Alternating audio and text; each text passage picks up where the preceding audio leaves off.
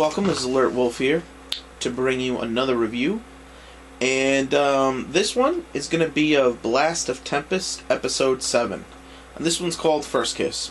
This one starts off basically, with a little bit of the flashback. And we get that scene from last week's episode where what's her face? Yeah. Aka is standing with her legs in between Mihiro's legs, and she's like, "So what do you want me to be? You want me to be your woman?" And she's fucking with him. She's just fucking with him, and he's like, "Why did it have to be you?" He goes, no, I don't want that, but, why did it have to be you? You're not sexy, you're not attractive, you have no breasts, no ass, I don't understand. He's like, I don't want you to have a man, wait to date someone, obey my order. She's like, what makes you think I don't have a boyfriend already? He's like, what, you dating somebody? She goes, what do you think? And then she leaves it ambiguous, but she doesn't deny it, but she doesn't confirm it. Alright, and then basically, Yoshino and Mihiro are camping out for the night. They're inside a school bus or a bus. I don't know. I don't think it's a school bus. It's just inside a bus, and he's taping up the Yoshino's taping up the windows so that the cold doesn't get him. He brought some blankets from the house. They said it last time, and he's like, "Oh, you thief." He's like, "I'm not a thief. I'll return it when we're done." He's like, "Yeah, when we're done," and they're laying down and reminiscing, but this episode is basically a full flashback episode. It's like a sadder slice of life episode, which is funny because this show, it's like, what if slice of life went wrong? Then we bring you Blast of Tempest. That's pretty much where this went. This was like anything else, and basically, what we gather is, from the flashback, and, they talk about how they've looked at stars before, and he's like, I thought you seen in, Yoshino's like, I thought you seen in light stars, and he's like, yeah, I only like winter stars. So we go full on in flashback, and like I said, 90% of this episode, all flashback. And we get, basically, the gist of the story is, that, basically, it's all about the relationship between the three of them. Now, because I don't use her name too often, so I don't remember her names like I do the boys, so Aka, she, the one that was murdered, she basically, is trying to plan their first kiss with Yoshino, and she's trying to figure it out, and she freaks him out when they were in the library talking about it, and that's what she's trying to do. So she's trying to figure out a good spot, and she's like, we're going to be going on vacation soon, I think I know when, and you're going to come with us, and it's going to be, my parents are going to love to see you there, and it's going to be the three of us. He's like, yeah, but then I have to spend a week with your brother, your stepbrother, and because this is the funny thing about them. They're best friends because they're friends. Because like we learned, Yoshino was forced as a kid to be friends with him, and it's not like he had much friends anyway. So basically, they're their only two friends. But he looks at him like a burden almost, son of a bitch, this guy, he always gets me in trouble. But really, it's his best friend. It's his only friend. They're all, you know what I'm saying? So then he's like, all right, whatever. So he walks her more or less home. He gets a phone call from Mihiro. Now, see, there's a part of Mihiro that knows they're together, I think, because he's super intelligent. But then he's living in denial. You know what I mean? So part of him knows and is acting accordingly, and the other half refuses to acknowledge it.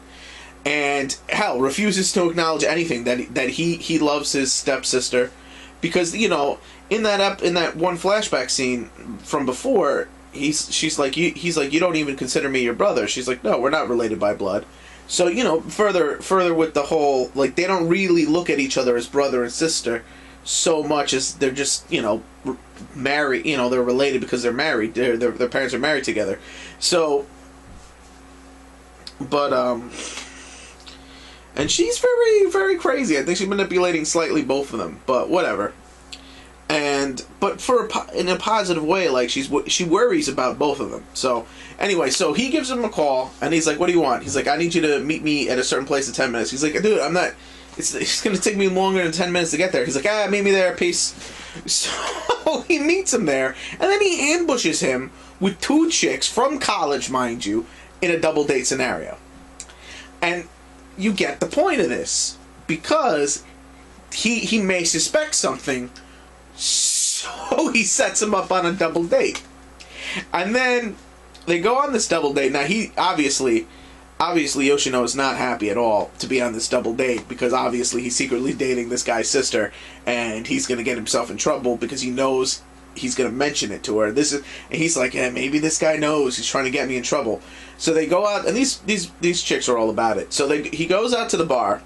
They go out to a bar and they start to play darts. Oh man, I play darts myself. You know what I mean? So I understand when this was actually animated well. A lot of times in darts, it don't, you know, in animation it doesn't look like they're playing a real game, but these guys start to go at it. Like, they're both like A-League players. They're you think it's showing off, but really because part of these guys don't really like each other, but at the same time they do. And they're highly competitive dudes when it comes to this. They start playing a serious game because at first the girls are all into it, and the second the girls realize that they're having no effect on these boys. This isn't a friendly game. These guys are playing seriously against each other, and they are no longer into the date. The date has broken down, but now these girls are stuck there watching these 2 dudes go at each other. Then, you know, the girls leave, they depart, and, you know, there's a lot of talk about relationships and girlfriends, and he's like, it should be with somebody you like, and all this crap. You know, it's because basically Yoshino lectures Mahiro. He's like, "Oh, I thought we could use some girlfriends." He goes, "You can't just get girlfriends because you want one. You have to go after a girl you like, and she has to like you and stuff like that." So then he gets, you know, Mahiro gets home, talks to Aika, there we go, and he lets her know about everything they did. "Oh, we went on a double date. You should have seen him. I thought he needed some girlfriends, and we went out with some college chicks. You know, he was all about it. You know, because part of him knows, and he's like, ha ha, bitch." You know, especially since he got these chicks after she said she may be seeing someone. So he's like, but then, you know, she goes further and she's like, "Yeah, really, blah, blah, blah." And she explains to him that a regular girl wouldn't be interested in him. That they're not in the same ballpark because he's not the type of guy to take the lead, so he needs an assertive woman. And basically, she's like, he needs somebody like you. And he's like, "What?" She's like, "I'm not saying you two should be dating, but honestly, he needs the female equivalent of you. Your personality is the type of personality he responds to." Which is funny because she's already dating him. She's equivalating them as being the same type of person. Although he doesn't realize that. So I thought that was nice. That basically he's like, you know, he needs a dominant personality to respond to. And that's why you two are such a good pair as far as being friends. And she says something that despite whatever will happen, I feel like he's the one who will stick by you. You know, through thick and thin, basically. He'll be by your side always, basically. So what it's a little bit of a foreshadowing that she may, you know, about she's gonna get murdered soon. And she knows those two will be alright. Now, I'm not saying she knew she was gonna get murdered. Obviously maybe she has no idea.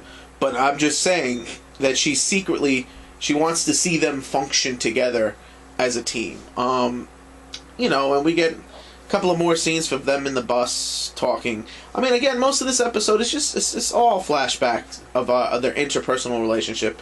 So they end up going on the vacation. Her parents couldn't make it. Their parents couldn't make it. So it's just the three of them. They're hanging out in this summer house and like, you know, somewhere in the mountains somewhere, and you know, there's a big field and sunflowers, and she's been and now she's trying to steal him away so they can have their first kiss. That's her plan. And it, you know, it goes on back and forth, back and forth. She sets up something up, and it's funny because there's only three people there, so it's hard to ditch him.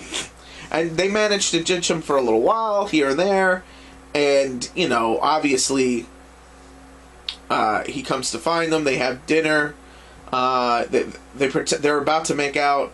And then after dinner, they're about to make out, and then, you know, the brother, Mahiro, shows up. He's like, what are you guys doing? We're just watching the stars. And then he's like, oh, I hate summer stars. You know, stuff like that.